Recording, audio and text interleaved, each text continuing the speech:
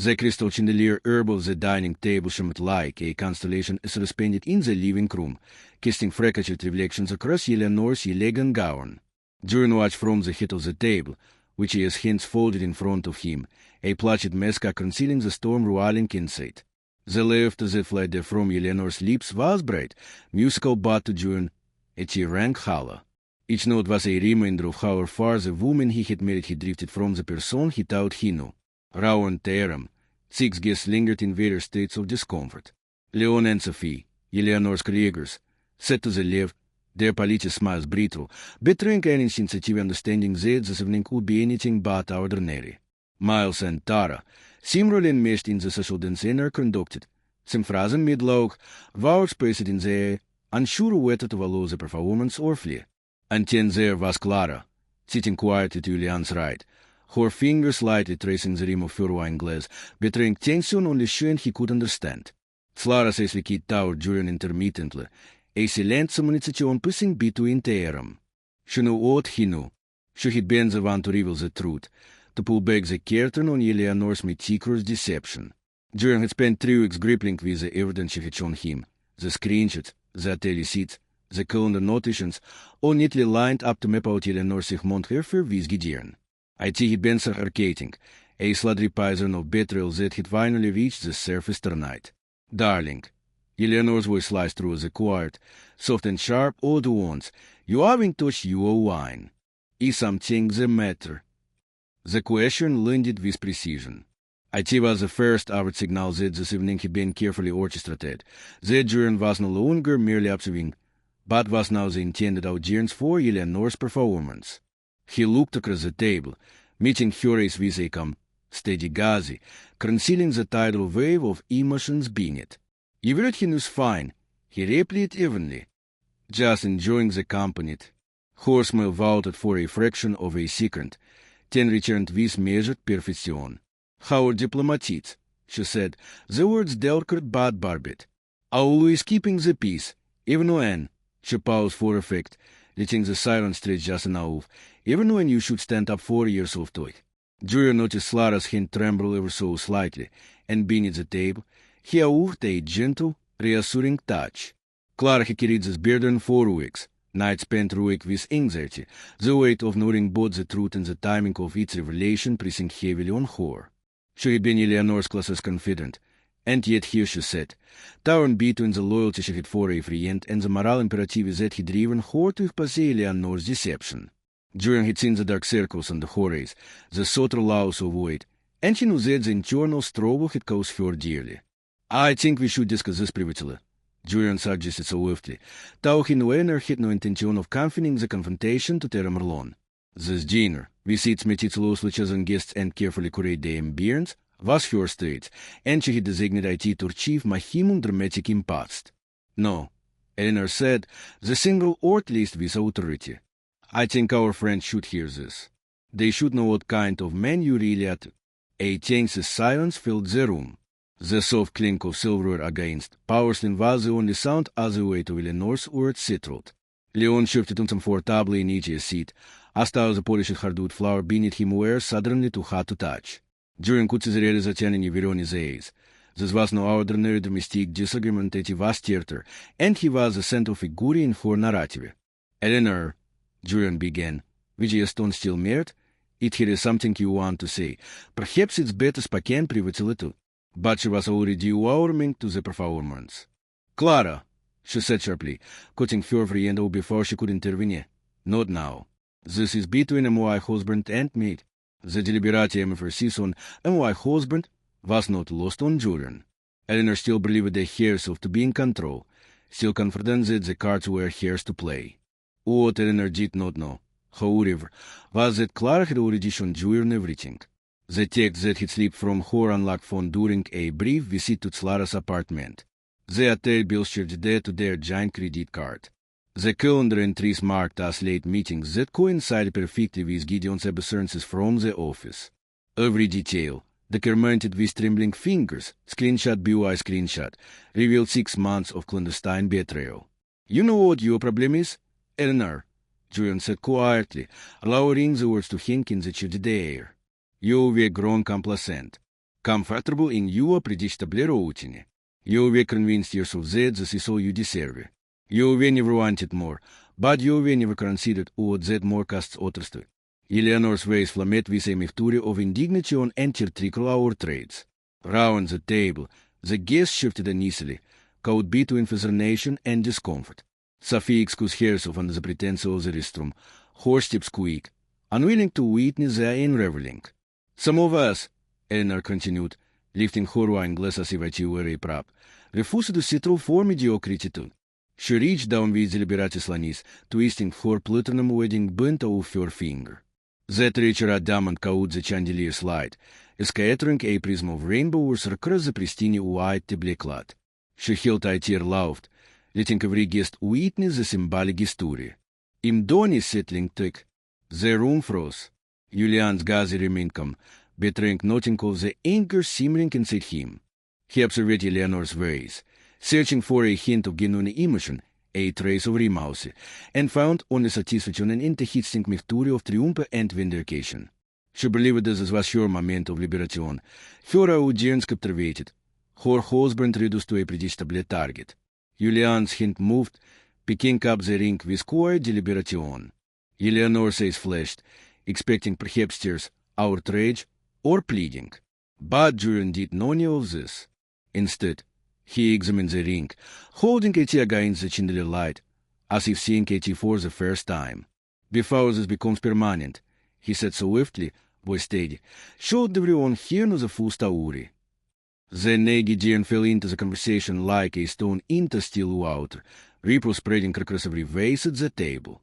Leonce's widened in its ignition. He knew of Gideon's reputation as a serial office charmer. Tara returned from the restroom just in time to hear the name, her expression shifting from mild discomfort to sympathetic understanding. Eleanor's face drained of color, her meticulously constructed performance faltering under the weight of exposure. Clara, tears streaming, whispered, "I'm so sorry, Eleanor. I couldn't let you do this to him. I couldn't watch you destroy him when he didn't deserve it." The room, once a table of polite smiles and social exposition, had become an arena of truth. Julian's calm, precise words now cut sharper than any accusation Eleanor could perform. For Julian, the first act of this evening, the presentation of Eleanor's theatrics and the suspenseful silence that followed, had accomplished what he needed. The audience was here, tension high, morale stakes clarified, and at the center of it all, Clara sat, trembling, having borne the burden of truth alone for weeks, her courage quietly forming the foundation upon which the evening's resolution would be built. The dining room felt smaller now, every polished surface reflecting Eleanor's presence, every chandelier prism casting freckles light over faces frozen in anticipation. Julian sat at the head of the table, which his hand still folded, though now the commentarium was out, like the string of a bow pulled to its limit. Eleanor's gaze flitted over the guests, a conductor orchestra think an ensemble of discomfort, each note calculated to mahimi the impatched. Julian, Eleanor's voice rose slightly, but with control precision. You been so content, comfortable with your little routines, your predictable life, always keeping the peace, never standing up for yourself. Even tonight, I see it. Her words were measured, but were numbers, each one designed to sting, to diminish, to shape perception. She lifted her chin, and the way the chandelier glinted in her eyes gave her the look of someone both wounded and triumphant. Clara's hand clutched her napkin tightly under the table. She had been watching Eleanor for weeks, waiting for this precise moment, and her stomach churned with the weight of responsibility. Julian reached lightly for her hand beneath the table, brushing against it in a silent signal of solidarity. Eleanor gestured to the guests, sweeping her hand across the polished table. "Everyone here," she said, her voice dripping with her trickle gravitas, "should understand what kind of man Julian really is. That we've been neglected, ignored. That we carried this marriage long while he sat back, complacent to." Julian's lips pressed into it in line, a mask of composure that belied the storm inside him. He had seen this coming, he had anticipated the crescendo, the performance, the moment when Eleanor would attempt to cast herself as the victim. But he waited. That was it. Waiting let the truth gather its own weight, let the lies and evidence behind it press against the surface. Eleanor's hand drifted to voorwijn glass, lifting Katie slowly, deliberately, as if she were a scepter. Some of us, she said, drawing the words out, refused to settle for mediocrity thought. She let the phrase hang, letting the silence swell in the room, before bringing Katie down to a single, dramatic story. She reached down, sliding the platinum band from her finger. The diamond caught the chandelier light, scattering shards across the tablecloth in miniature rainbow oars. She held a tear aloft, letting everyone see, letting the symbolism streak exactly where she intended. "I'm done is settling," she declared. A collective inhale swept through the room. Leon's fingers twitched round to his work. Sub his hand covered her mouth in surprise. Miles and Tara's eyes locked in stunned disbelief. Julian, however, remained still, which is gazicum, unflinching. He picked up the ring with deliberate care, examining Katie against the light as if seeing Katie anew. Eleanor sich pression flickered between triumph and incredulity. "Julian," she said, voice slightly shaking but still commanding. "That's quite a statement, too. I suppose it is," Julian replied evenly. Each Aston betrayed nothing of the seeming anger beneath, but a cheeky to wait. Every word was deliberate, measured. Before this becomes permanent, perhaps everyone here should know the whole story. The table went silent, the moment stretching out like a drumskin. Eleanor's smile wavered, just for a heartbeat, as she sensed the shift. Julian's precision was a weapon she hadn't anticipated. Slara's fingers tightened on her napkin. Her throat felt DRY, but she forced herself to remain still, to let Julian speak. She carried the burden of evidence for 3 weeks, knowing the moment would come when she would be called upon directly or indirectly to tip the balance of truth. And here it was. Julian's voice was steady, almost soft. "Eleanor, for 6 months, you've been working late, traveling, making excuses. But the truth is, it hasn't worked. It was Gideon." The name fell like a stone into still water. The reproof was instantaneous. Leon's jaw tightened. He knew Gideon, knew the man's reputation. Tara's eyes widened in resignation, her face draining of color as she put together the implication. Miles swallowed hard, the fork slipping slightly from his fingers. Sophie, just reaching from the restroom, froze mid-step, comprehending the gravity of what had been revealed. Eleanor's face contorted, a mixture of outrage, disbelief, and the first sparks of fear. "How dare you?" she hissed, the word sharp but faltering under Julian's quiet command. "How dare I?" Julian echoed, standing now, the ring held high but steady. "How dare I mention the 6 months of a terrorum's church debt to our giant account? The Latinic text you deleted but didn't erase before Clara Sauterum. The repeated choices you made every single day to betray you of ours." The guest shifted uncomfortably, unsure whether to intervene, whether to flee, or merely to witness. Eleanor's carefully curated audience had become a tribunal of witnesses to foreign and reveling. Slara's voice, quiet but trembling, finally broke through the tension. "I'm sorry, Eleanor," she whispered. "I shouldn't let you do this to him. I shouldn't watch you destroy him when he didn't deserve it." Betrayal flashed across Eleanor's face, aimed squarely at Clara. "You told him. You showed him my private affairs." "I did," Julian said firmly, "because someone had to. You planned to humiliate me tonight, to cast yourself as a victim. I will not allow that. Not with truth in my hands too." Clara's phone lay face down on the table, evidence ready at her fingertips, screenshots of texts, hotel reservations, calendar entries. The proof was there, and Julian had already internalized it. The power had shifted.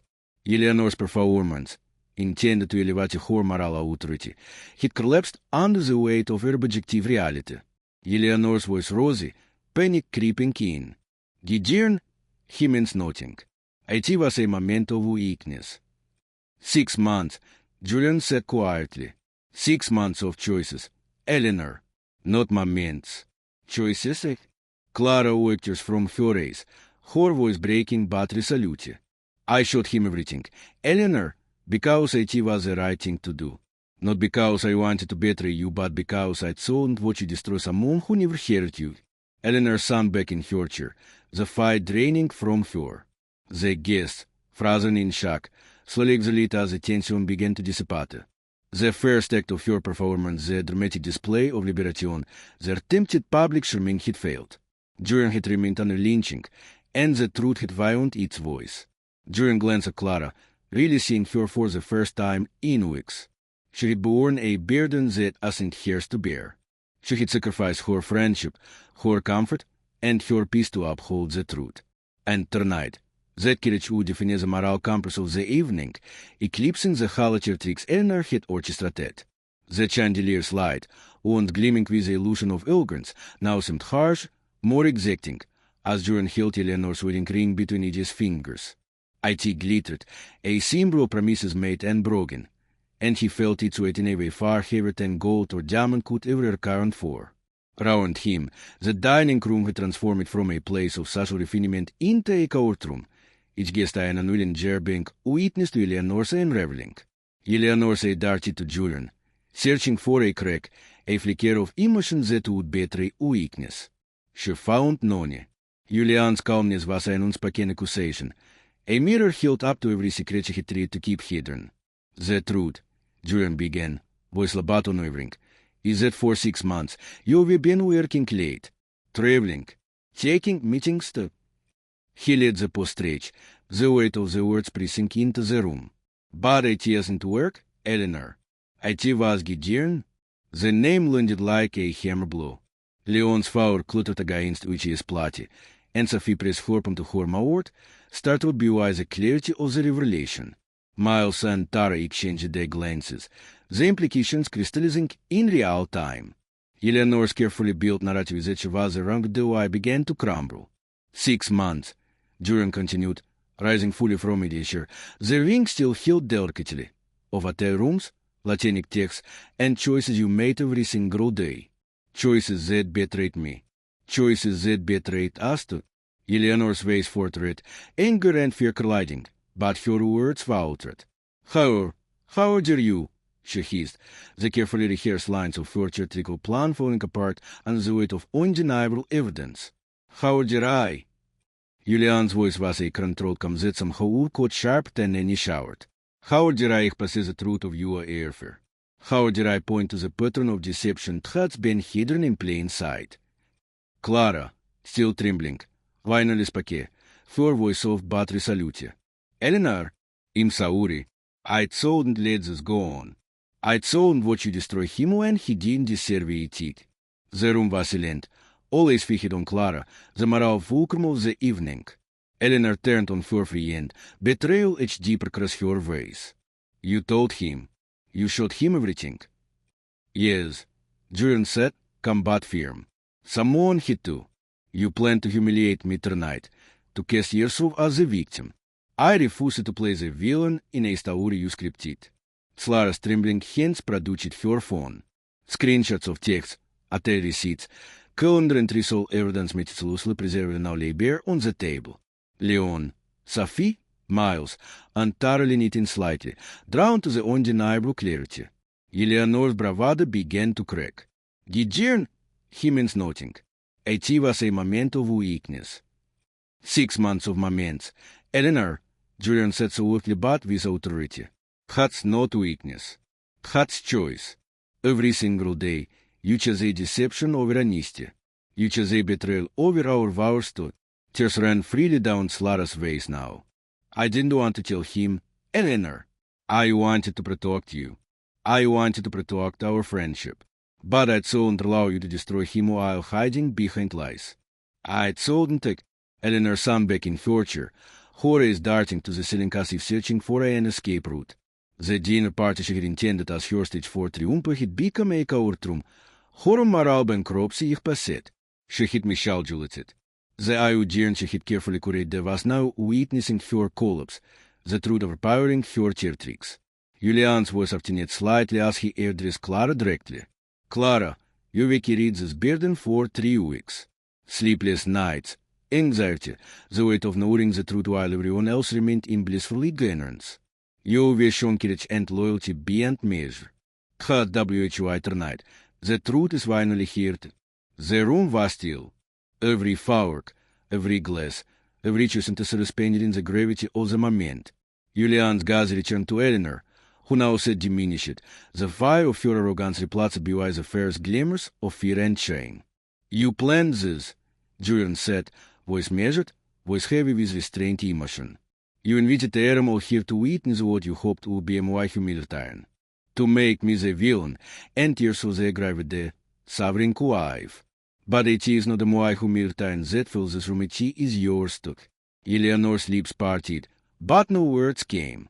Her bravado had evaporated, leaving a raw vulnerability that Julian had not seen in years. She had engineered a narrative of strength, independence, and moral superiority, but in the light of truth, at the airport brittle and hollow. Clara, wiping tears with her napkin, finally spoke again, her voice a fragile anchor in the storm. You left your phone on a moai counter 2 days ago. Gideon sent a photo, a message, a ring. For your futuri, he said, when you were finally written. The revelation landed like a physical blow.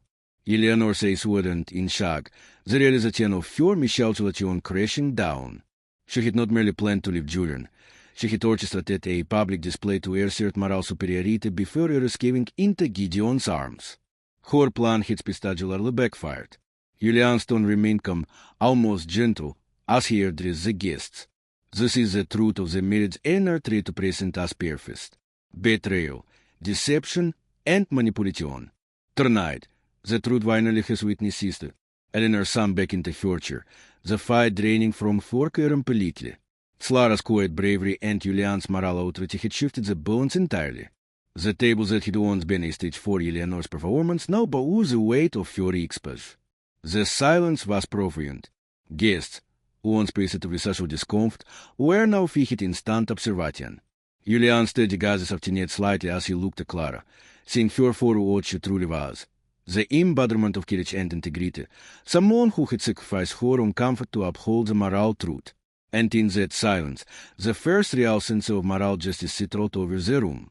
Eleanor had plotted, manipulated, and betrayed, but the truth, finally revealed, was beyond her control. Julian had remained calm, steadfast, and morally grounded, and Clara had ensured that no lie could escape exposure. The room remained suspended in silence, they heavy with the aftermath of revelation. Eleanor slumped in her chair, her carefully constructed performance fully dismantled, her hands limp in her lap. The diamond ring she had wielded like a weapon now resting in Julian's steady fingers. Julian felt its weight not as jewelry, but as a physical embodiment of choices made, promises broken, and trust violated. He looked across the table at Clara. Her eyes, redeemed from tears, reflected the chandelier's fractured light.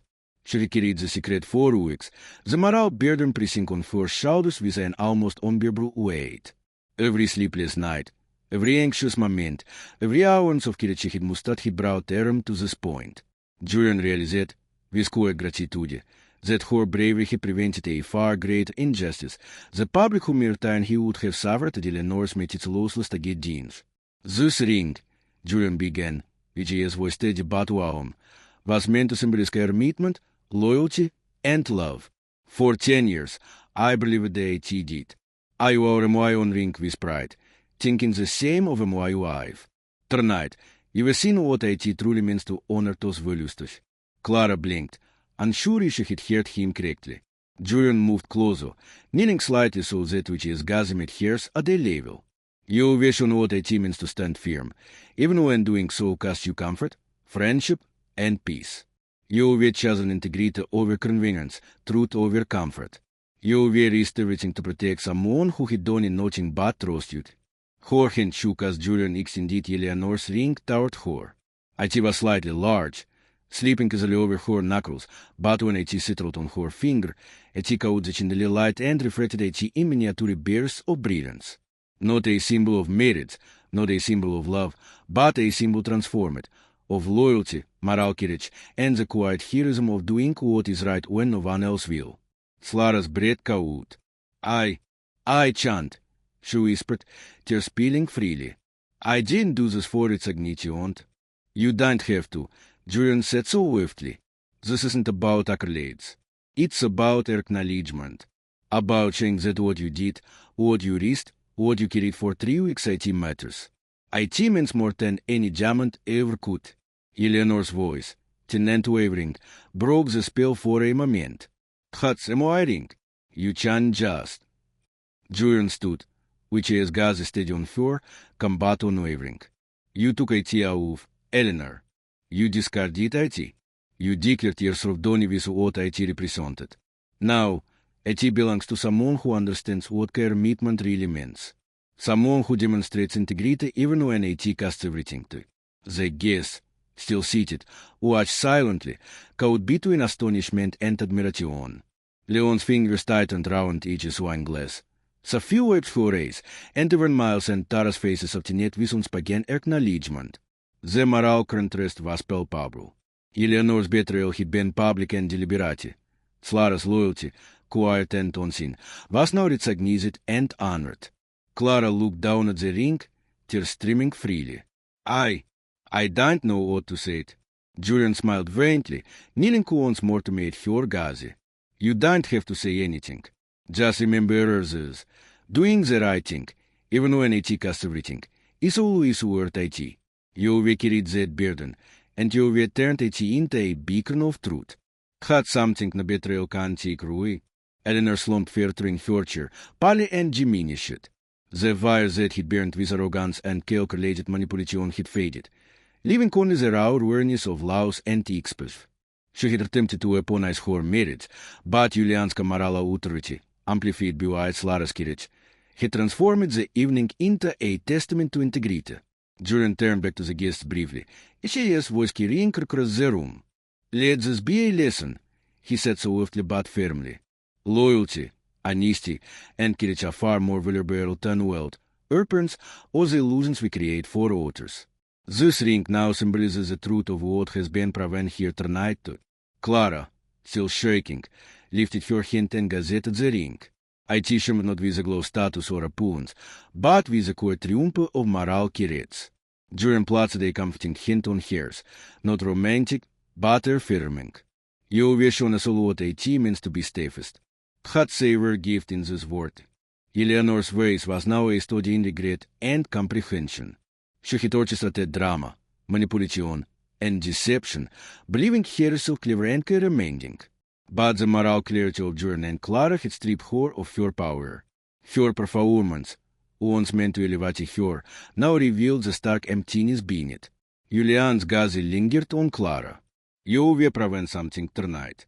That courage, integrity, and loyalty can transform even the darkest of moments. That sometimes the greatest love isn't romantic ideas of fears, but the civil loyalty of someone who stands for what is right, no matter the personal cost to it. Clara's voice broke finally, raw with emotion. I never wanted to hurt her. I thought and stay silent. And that, Julian said quietly, is W you are here, W as the truth prevails. You will carry what was not yours to bear. And in doing so, you will preserve the justice and honesty that honor sought to even there. This ring belongs on your finger because you have earned the embodiment of what it should have meant from the start. The room exhaled collectively.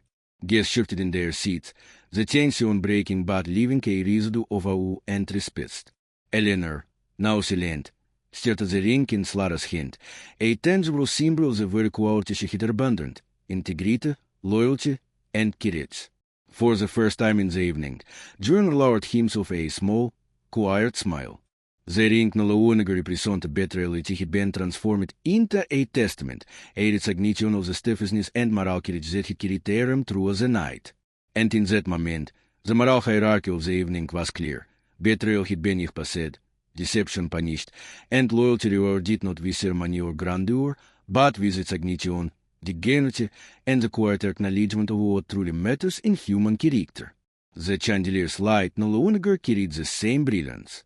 Shadows pulled along the corners of the dining room, or moments ergo tension and anticipation had saturated the air. Eleanor sat slumped at the head of the table.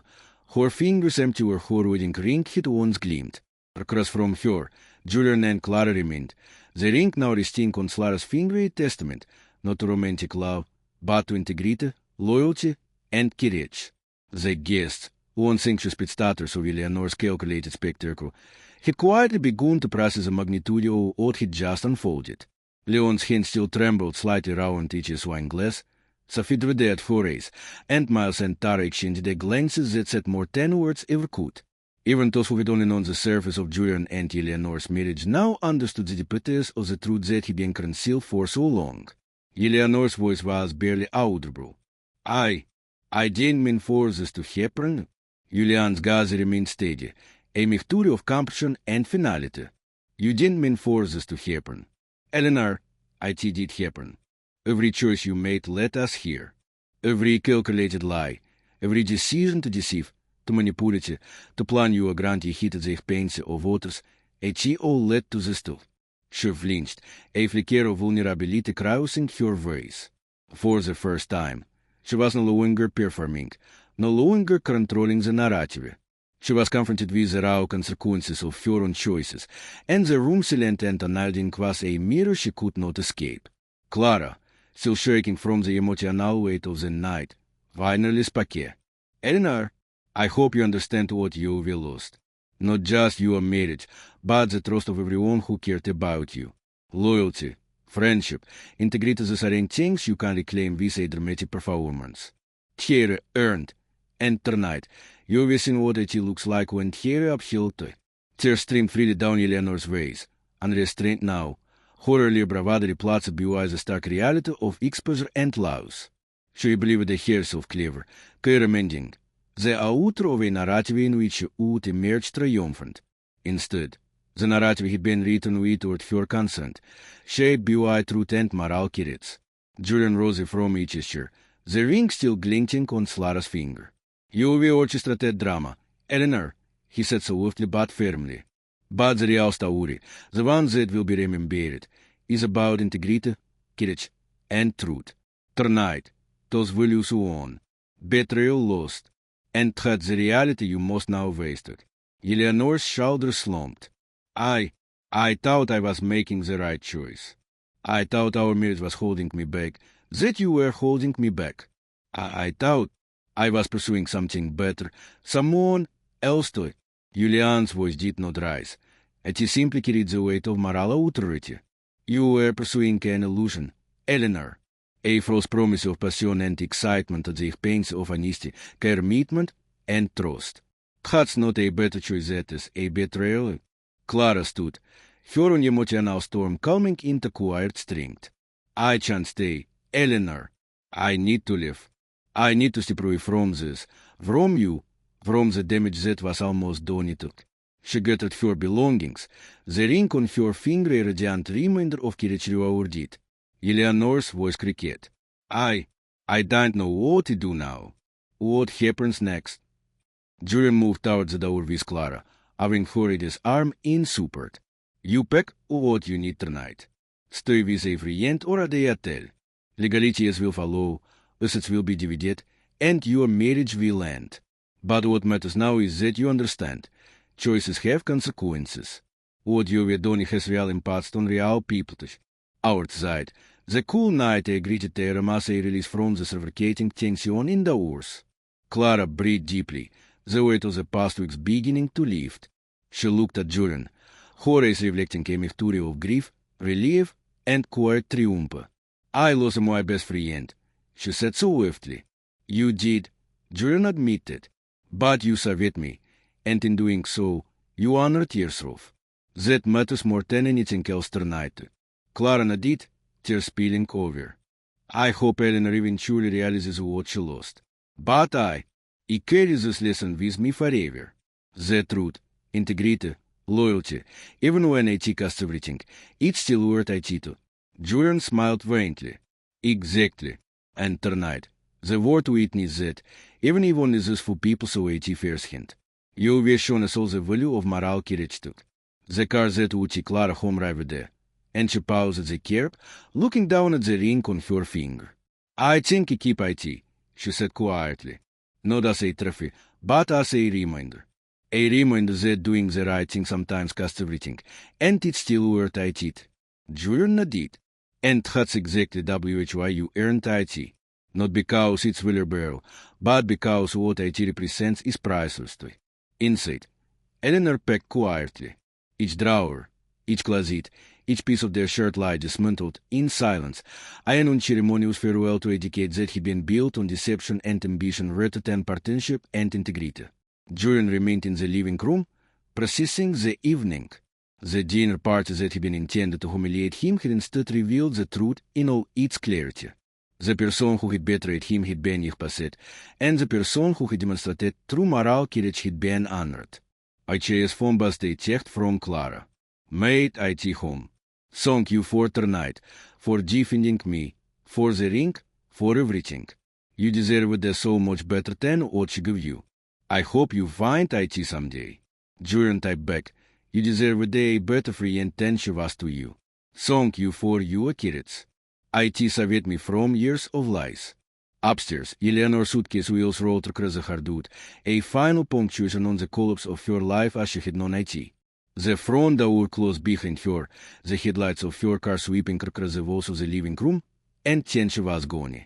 The house felt lighter, emptier, but liberated, as if the weight of deception had been lifted. Julian sat at the dining table, staring at the remnants of the meal that had accompanied each's potential public shaming.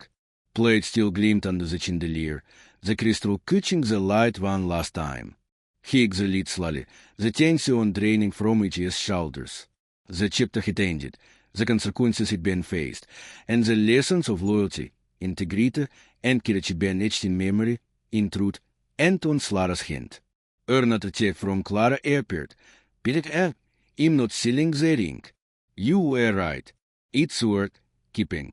Not as a trophy, but as a reminder that the truth is always worth telling everyone and it costs everything. Julian smiled for the first time in weeks. He had lost a marriage built on deception, but he had gained clarity, integrity preserved there, and a witness to the moral truth of the evening. The order had wires, division of visits. Rebuilding life would be difficult, but he would face it with his conscience and task, knowing that when the moment of truth arrived there, he had not faltered. The chandelier's light reflected across the empty dining table one last time, and in the glow, Julian saw the real value of loyalty, truth, and courage. Not wealth, not appearances, not ambitions were the measures of character that would endure. And he realized, with quiet satisfaction, that integrity was the most priceless inheritance of all.